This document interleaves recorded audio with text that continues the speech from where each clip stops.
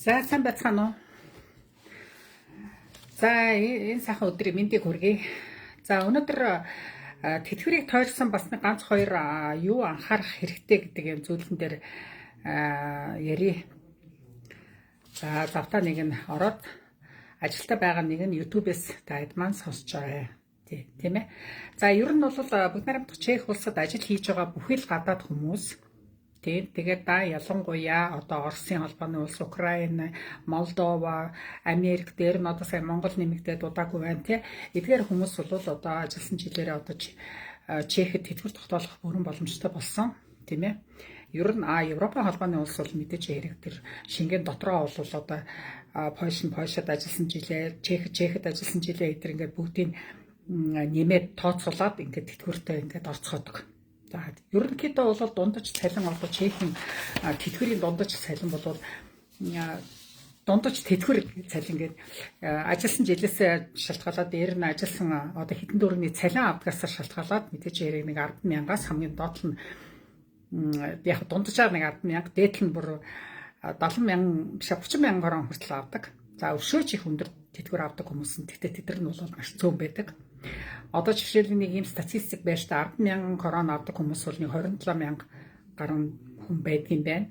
Нийтдээ одоо тэтгэвэр авч байгаа одоо 25 оны байдлаар бол нэг 2,847,000 гэдэг чинь бараг 3 сая хүн бат тэтгэвэр авч байгаа юм байна. Тий. За тэр дотор чинь бас манай монголчууд манч явж байгаа гадаадын иргэд ч бас байгаа штэ. Тийм ээ. За 10-аас нэг 12,000 кроны тэтгэвэр авч байгаа улсууд нэг 26,000 хүн байдгийн байна. За нэг 30,000-аас дээш тэтгэвэр авч байгаа хүмүүс бол нэг 70,462 хүн байдгийн байна. Энэ бол бас их байна тий. 30,000 крон гэж чи ёо хэвээр амар их юм шүү дээ. 4-5 сая төгрөгийн тэтгэвэр авч ирнэ гэсэн үг шүү дээ. Тэд нар чинь. За гэхдээ энэ тэтгэврийн тооцоог бол ерөнхийдөө бол хүн болгон яг Европт ажиллаж ирсэн юм чинь, Чехэд ажиллаж ирсэн юм чинь тэтгэвэр бол маш их өндөр тогтоогдож байгаа байх гэх юм бол бас андуу ташаа ойлголт. Ягаад гэвэл одоо гадаад иргэд чинь зөвөр ажиллаж ирсэн байгууллагаас шалтгааллах ч юм уу, хувь хүний өөрийнхөө хариуцлагаас ч юм уу, засаглагаатаас ч юм уу шалтгаалсан янз бүрийн асуудлаас ус тэтгэвэр тогтоогддог тийм ээ. Тэг зарим нь бол одоо жишээлбэл 20 жил Чехэд ажиллачаад өнөөдөр 5,000 кроны тэтгэвэр тогтоолгож байхад яг адилхан 20 жил ажилласан хүн өнөөдөр 15,000 кроны цалин одоо тэтгэвэр авч байгаа жишээтэй. Цалин л гэж хэлэх гээд байна тий. 15,000 кроны. Тэгэхээр ерөөсөө энэ тэтгэврийн асуудал ерөөсөө үний дүн одоо за яг юунаас яг юун дээр бид нар анхаарах ёстой юм. За тэтгэвэр тогтоолоход одоо Чех Монголын хооронд бол тэтгэврийн асуудал бол хэрэгжээд одоо бас боломжийн бас хугацаа өнгөрчлөө. За тэгэхээр энэ дээр юу харагдаж байна? Юун дээр анхаарах ёстой гэж чинь дахин таадтай ярьж өгөх зүйтэй байхаа гэж ингэж бодож байна. За нэгдүгээр үндсэн ажилчнаар ажиллаж байгаа хүмүүс бол цалингийн хуудас гэж та энэ дээр цалин болгон сар болгон ажилласан хугацаанд чинь цалингийн хуудас веб-платна Паска гэдгийг бол тарааж байгаа. За тэр веб-платна Паска дээр чинь ерөөсөө хэдэн цаг ажилласан, хэдэн цаг та амралтнаас чинь хэдэн хоног хасагдсан тийм ээ. За хэдэн төгрөгийн үр зээл экзекутор төлсөн юм тийм ээ. За хэдэн төгрөгийн шагнал урамшил орсон юм, мастер нэмэгдэл хэд орсон юм. За түүнээс чинь эрүүл мэндийн даатгал, нийгмийн даатгал хэдийг төлсөн гэдэг нь яруу тодоор бичигдсэн энэ цаас хуудас өгдөгөө. За тэгэхээр үндсэн ажилчнаар ажиллаж байгаа хүмүүс бол шууд компанитай хүний нөөцийн хэлцээр дамжиж ажиллаж байгаа хүмүүс бол заавалжгүй эрүүл мэнд нийгмийн даатгал бол төлсөн байгаа. За энэ дээр бол ерөөсөө нэг асуудал бол гардаггүй.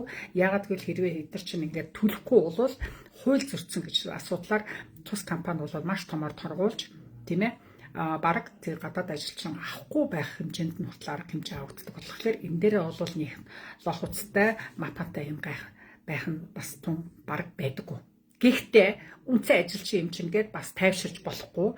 Тэгэхээр та хэд маань ажил төрөл хийж байгаа цагтаа ялангуяа тухайн үйлдвэрд нэг цалингаа хоцроогоод ч юм уу эсвэл одоо нэг дампуурлын байдалд ороод инсолвенцид ороод шүүхийн шийдвэрээр ороод ингээл компани ч бас нэг янз бүрийн асуудал ингээд үүсээд ирэх юм бол та хэд маань ажиллаад байдаг, халагдхаа арай аваагүй байдаг. Яг ийм нөхцөлд бол та хэд маань ямар ч байсан нийгмийн даатгал бол төлөж гин үгүй гэдгийг заавал контролдож авах хэрэгтэй. Заавал контролдож авах хэрэгтэй. Тий. За үеийн контролдохдоо бол мэдээж хэрэг нягтлангаас асууна. За тэгээд цалингийн хуудсан дээр нь бичээтэй байвал цалингийн хуудсан дээр байгаа бол окей асуудалгүй. Хэрвээ байхгүй бол бүр нийгмийн даатганы газар очиж лавлгаа авах нь хэцүү зүйтэй байдаг. Тийм ээ? Тийм байгаа үстэй ерөн. Тий. За тэгэхээр энэ дээр би дахин хувь хүний сахилгын асуудлыг ярьж байна. За хуваараа хөдөлмөр эрхлэгч нар. Хуваараа хөдөлмөр эрхлэгч нар бол даан ялангуяа өөрсдөө хувьяасаа эрүүл мэндийн даатгал, нийгмийн даатгалаар төлөөд явдаг. За тэгэхээр эн чинь ашиг орлогоос шалтгаалаад төлөгдөх ёстой боловч та нар ерөнхийдөө бол хамгийн бага орлоготой баг эсвэл ашиггүй ажилтдаг юугаар тогтолцоогоор бол 3100 гаруй тушаах ёстой шүү дээ тийм ээ.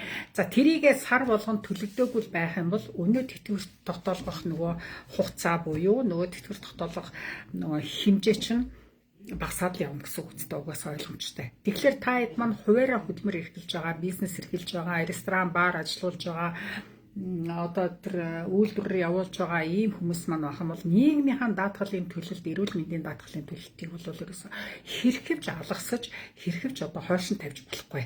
Ашиггүй ажиллаж исэн ч гэсэн тэрийг заавал та хэд маань төлж байгаарай. Тэр чинь бол сартаа хоёулаа нийлээд бараг 7000 крон, 78000 крон болно шүү дээ. Тэрийг заавал төлж явах хэрэгтэй шүү. Тэ. Өнөөдөр чи залуу байна гэж ерөөсө тайвширч болохгүй. Маргааш нэг мэдхэд л нэг ээжийнхаа насанд тэр ирсэн байна. Тийм болохоор тэтгэврийн асуудал бол ерөөсөө нэг хол асуудал биш. Үнэхээр асуудал биш. Тий. Нэг мэдхэд л та нар тэтгэврийн насанд очиж чинь нэг мэдхэд л хүүе яана би одоо причастны дооход авах уу зүгээр дооход авах уу гэж одоо нөгөө тэтгэврийнхаа нийгмийн даатгалын газар руу гүйдэг цаг чинь өнөө маргаашгүй ирнэ. Хамт орч ирсэн байгаа л гэж ойлгох хэрэгтэй. Тий. За өнөөдөр би 25 тань чи хизээ чи билет тэтгэвэр гэх юм бол нэг тийм тайвшраад байх асуудал биш гэж. Монголд байгаа монголчууд маань ч гэсэн энэ дэр маш сайн энэ дэр анхаарал халамж тавьж авах хэрэгтэй. Өнөөдөр чадвартай байгаа дээр маргааш чадваргүй болох тэр хугацаанд чиний дансанд орох мөнгөнд чи өнөөдөр санаа зовох хэрэгтэй байхгүй юу? Тэтгэвэрч бай, бусад орлогоч бай, тийм болохоор за би өнөөдөр сайхан залуу байна, би эрүүл байна. За тэтгэврийн асуудал гээд хойшин тавиад байх юм бол уучлаарай нэг мэдхэд л та тэтгэврийн насанд очсон л гүйж ав. Тий. Тэгэхээр энэ тэтгэврийн насыг бол хүн дайраад биш тойроод явахгүй шүү дээ. Заавал одоо хүн болгонд тэр зам ёсоор явна. За тий. За тэгэхээр энэ хуваараа бизнес эрхлэгч нар та нар маань энэ дээрээ маш их анхаарал тавиарай. За хэрвээ та ялангуяа манайхан Чехэд байгаа монголчууд маань торгоол попито аваад те нөгөө 10 жилийнхаа визэг авчаал самбарч өгдөг шүү дээ. Ийш тийшээ яваал, гүйж хараагаал, даатгал аалгаал. За тэгтэл эргээл очиж ажилд ороод тэгснээл гарчгүйгээл эргэж Монголд дайраад эргэж Чехтэй очиод ингээл одоо муугаар хэлэх юм бол холио болдог үстэй ерөнхийдөө те нэг тийм. За тэгэхээр та хэд маань энэ дэр нийгмийн даатгалаа хувьяасаа төлөөд яваарай. Энийг бол ерөөсөө заавал төлөөд явсан ашигтай. Монголд олж төлөөд, Чехтэй ч төлөөд явсныг би хамгийн зөв байх гэж боддог шүү. Монголд олж тэтгэвртэй гарна, Чехтэй ч тэтгэвртэй гарна. Харамсалтай үедээ 20-30 жил Чехэд ажиллачаад нэг 10 жил Монголд ажиллаж исэн тийм Монголч Чех хамгийн бага нь 10 жилтэй байхад нийгмийн даатгалын сангаас төлөгдсөн мөнгнөөсөө тэгэл тэтгэвртэй гарна шүү дээ. Тэтгэвэр тогтоолгох зохион одоо хувь тэнцвэрлэх гэж байна уугүй юу? Ерөнхийдөө бол энэ тал дээр анхаарал тавина. Ажилгүй байсан байх тусмаа хуваараа бизнес эрхлэх тусмаа та нийгмийн даатгалаа өөрөө төлөөд эрүүл мэндийн даатгалаа төлөөд яваарай. Тий. За 3 дугаарт буюу хамгийн их одоо анхаарал тавих юм агентураар ажиллаж байгаа монголчууд маань байна. Агентур гэдэг маань нөгөө нэг ажил жуулчлалын компани шүү дээ тийм ээ. Хүмүүстэй ажил жуулчлаад ажилладаг юм компаниуд байгаа. Словак эзэнтэй, Чех эзэнтэй, Украин эзэнтэй 9 шидийн агентурууд байдаг шүү дээ тийм ээ. За тэгэхээр энэ агентурт байгаа хүмүүс маань ер нь та хэд маань бол ерөөсөө нөгөө нэг цалингийн хуудсан дээр нь хэрвээ байхгүй бол за барагтаа бол тэд нар тэн дээр бичихгүй байгаа болов гэж би хардаж байна. Тийм болохоор та хэд маань ядаж нэг 6 сард хагас жил ажиллаад нийгмийн даатгалын газраа үнэхээр миний нийгмийн даатгал төлөгдөж гэнэ үү? Үнэхээр миний эрүүл мэндийн даатгал төлөгдөж гэнэ үү юу гэдгийг энэ дээрээ шалгаад яваарай. Заавал шалгаад яваарай. Хувь хүний сахилга батыг би энэ дээр яриад байгаа шүү. Битгий өөрөөсөө тэр цаг хугацааг харамлаарай. Маргааш ирээдүйн төлөө чи өнөөдөр заавал тэр нийгмийн даатгалын газар очиод чамайг юм очиод асуулаа гэж чамаа хөөд туугаад баримтлаад авахгүй шүү дээ. Тий. Хилтэй бол хэлээрээ яриад асуугаа зөвлөгөө ав. Хэлгүй бол хилтэй хүн дагуулад оч. За тэгээд тэр нийгмийн даатгалын газар очиод за би хизээ яг тэтгүр тогтоолох уу? Та нар тэд нар чинь зүгээр компьютер тэгээд хэвлээд өгнө. Хамаагүй чи 25 настай байна уу, 45 настай байна уу, 55 настай байна уу хамаагүй. За би одоо чехэд ирээд 5 жил болчихлоо. За би хизээ тэтгүрт гарах уу?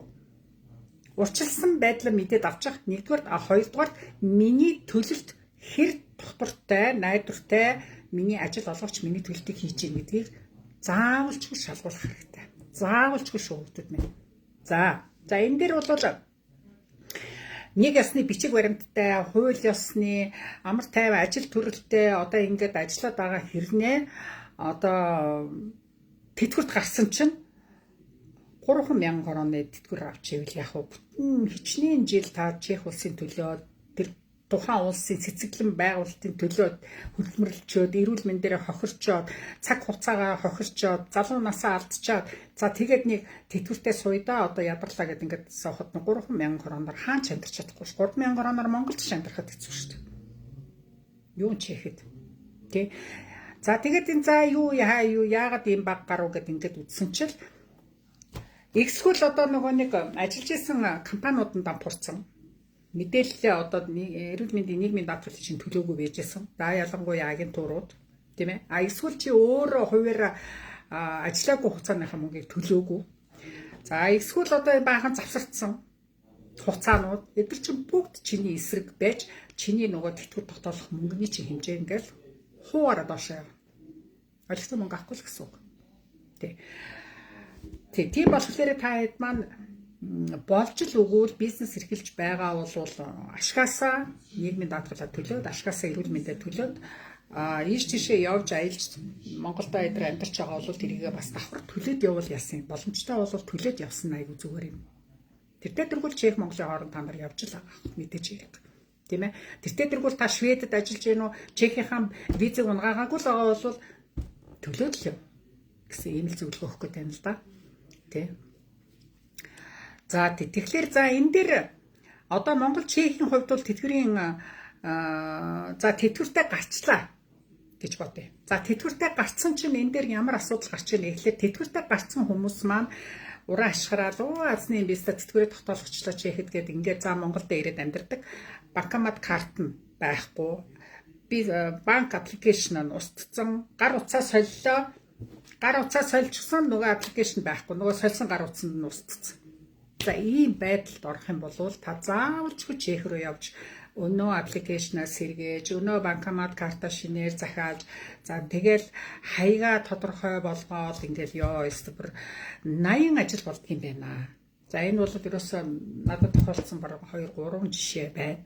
За тэгэхээр энийг би бас бусаддаа бас ярих нь зөв юм байна гэж олж харлаа. Тэгэхээр та хэд маань тэтгэврийн тогтоолгочдод битгий тайвшраач гэдгийг хэлэх гээд. Маш цэгцтэй.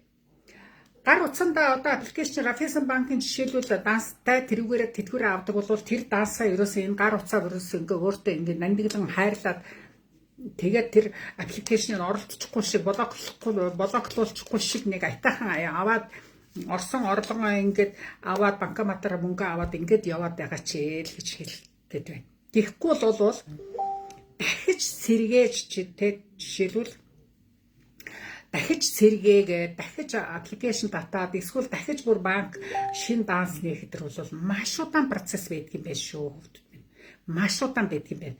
Одоо тэр миний тэр хөөцөлж байгаа нэг хүүхэн маань одоо байсгээл амьд сэрүүн байгаагаа нотлох хэрэгтэй юм байна. Байсгээл хаягийн тодорхойлолт авдаг юм байна. Байсгээл дансны одоо нөгөө бишээ нөгөө нэг Монгол гэрийн хаяг авдаг. Монгол дансны тодорхойлолт ингээд лавлагаануудыг ингээд араараас нэхэд байгаа мөртлөө өнөө өөх ёстой тэтгэврээ хойшлуулаад байдаг. Тэртээ тэр ингээд бүх юм окей болохоор таны авч байгаагүй хугацааны чинь тэтгэврийг нөхөн олгор өгнө л гэж. За тэр бол мэдээж эрийг өөхөл баг. Гэхдээ таад маань энэ дээр ингэж 80 ажиллагаа болж ахаар анхнаасаа ингээд юмаа цэгцтэй ингээд аваад явах юм бол асуудалгүй юм байна. За тэгэхээр энэ дээр би түрүүчийн лайв дээр би уул нь ярьсан. Тэгсэн даа тэр лайв маань устцсан байсан. Тэгэхээр дахиад ярьчээ. Одоо та нар тэтгэвэр тогтоолгоцсон Монголд амьдарч байгаа юм уу? Польшд өөр хүүхдүүд дээр амьдарч байна уу? Словакт байна уу? Хамаагүй. Хаана газар зүүн хаана та Вьетнамд ч амьдарч иж болно. Гэхдээ та банкныхаа дансны тэр аппликейшнийг бол ерөөсөө байнга айгүй мах их зүйтэй авч явж явах хэрэгтэй. За амьд цэрүүн байгаагаа заавал баталгаажуулж явах хэрэгтэй. Чехийн хаяг Монголын хаягаа баталгаажуулж явах хэрэгтэй. Юу лээ? Чехийн дансаар авдаг бол чехийн данс ч тодорхой байх хэрэгтэй. Тэгээ Монгол дансаар авдаг бол Монгол дансны баталгаажуултыг заавал хийж явах хэрэгтэй юм байна. Ингэж харагдчихэв. Тэгэхээр тэр дахин ч цэргэн барина гэдэг бол маш хэцүү асуудал байдаг юм байна. Маш их хугацаа алддаг юм байна. За тэгэл заавал чех явна гэхлээр буун зардал тийм ээ. Тий. Дээр нь хэрвээ тэтгэвэр авч байгаад нас барсан хүн байх юм бол заавал арга гэрийнх нь нийгмийн даатгалын газар одоо тэр хороо орны тодорхойлтын чех руу явуулах хэрэгтэй юм байна шүү. Хэрвээ та явуулахгүй бол та хуулийн хариуцлага хүлээнэ. Тий. Явуулахгүй л дансаар тэр мөнгөний аваад байвал би эртэд лаваар ярьсан шүү дээ тий.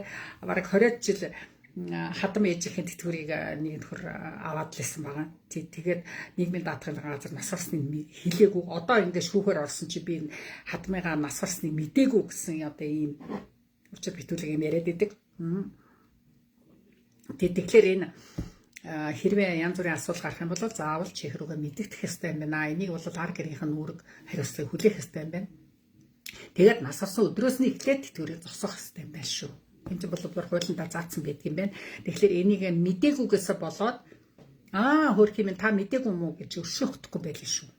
Тий.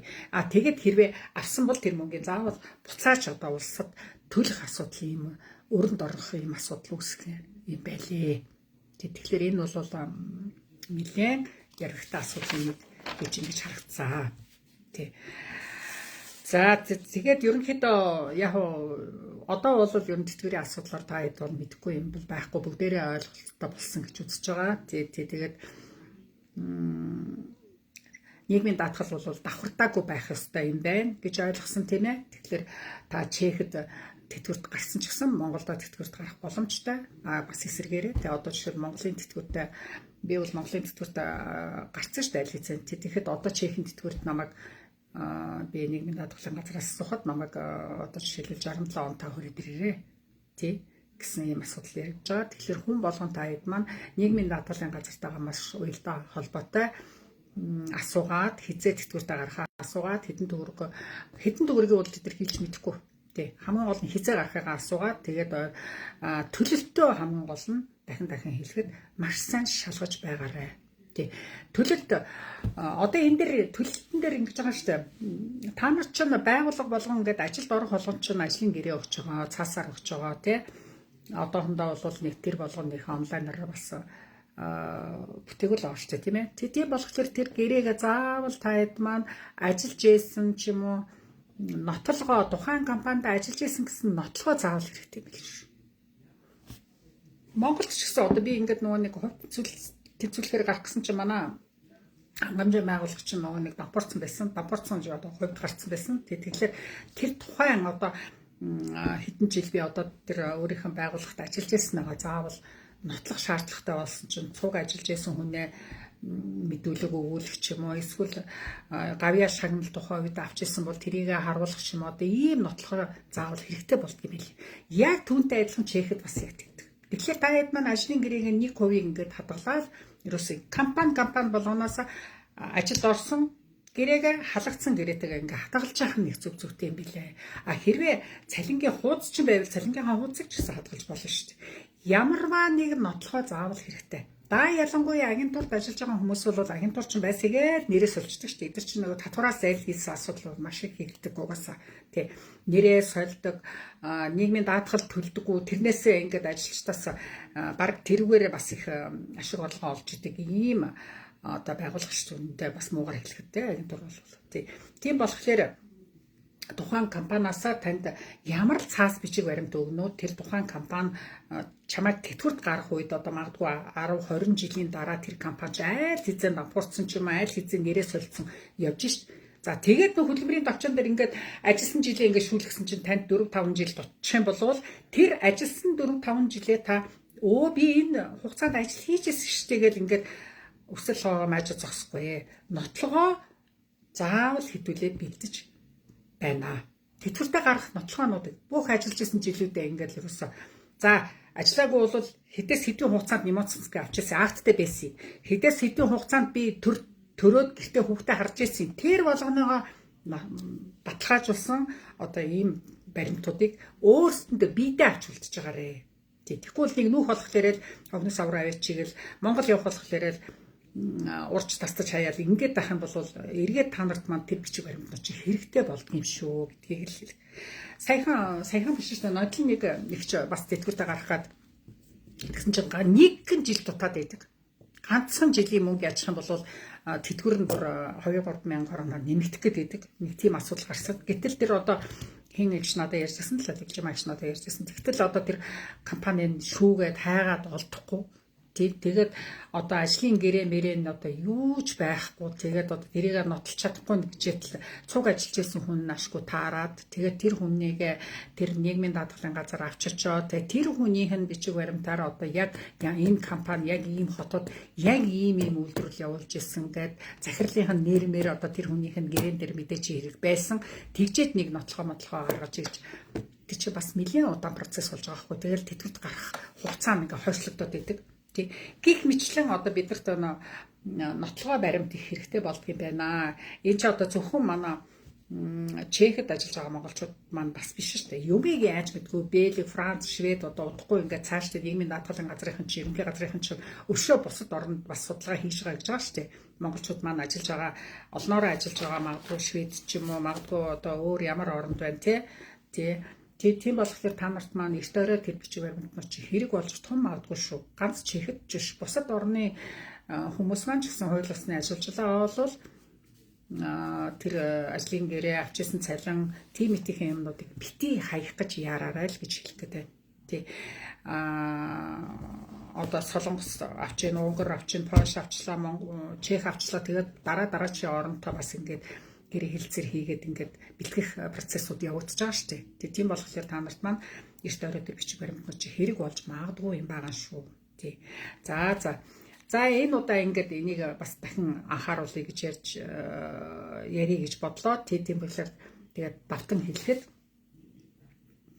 бичих цаасаа одоо битгий устгаж байгаарай. Хоёрдугаарт тэтгэврт гарцсан улсууд байх юм бол ер нь амт сэрүүн байгаагаа заавал нотлогоогоо улиралд нэг удаа юм уу чи хагас жил нэг удаа заавал явуулж авах хэрэгтэй юм байна шүү. Тэгэл бас мэдвэрчтэй юм байна. Тэг даа ялангуяа гадаадд байгаа хүмүүс.